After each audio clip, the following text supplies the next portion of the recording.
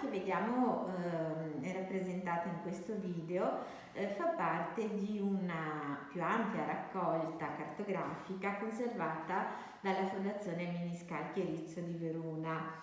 La raccolta contiene appunto, comprende circa 200 mappe provenienti dai fondi archivistici delle diverse famiglie che hanno conservato i propri documenti presso la Fondazione. Quindi si tratta degli archivi delle famiglie Miniscalchi, Morando e Moscardo.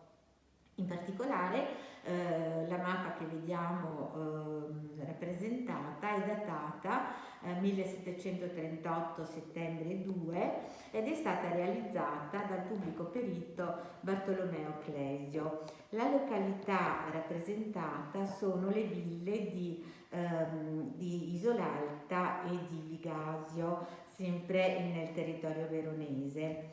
In particolare nel cartiglio che vediamo in basso, nella parte bassa della mappa, il perito dichiara come aveva lavorato, nel senso che si era recato sul territorio in queste due località e aveva raccolto presso gli abitanti della zona diverse informazioni che riguardavano la qualità dei terreni, la loro estensione e le proprietà. Quindi è significativo di come i periti lavoravano fra 5 e 700 grosso modo, recandosi quindi sul posto e raccogliendo le informazioni generalmente dalle persone più anziane che abitavano in queste località. Le misuravano e poi le mettevano in disegno. Nella parte destra in basso, per esempio, è rappresentata la scala di Pertiche veronesi che era stata utilizzata per fare questo disegno.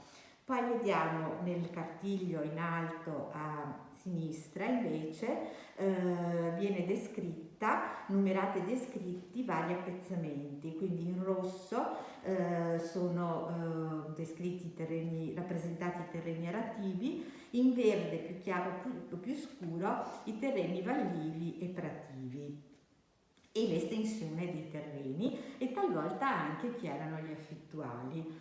Vediamo inoltre dei particolari. Qui a metà del disegno la casa dominicale del conte Carlo Guerrer, che era stato appunto il committente e il proprietario di questi terreni e di queste case, accanto la chiesa di San Pietro e Paolo di Isolalta. Inoltre possiamo vedere anche le abitazioni dei lavoranti o dei braccianti, quindi abbiamo anche una rappresentazione delle diverse tipologie abitative di quel periodo.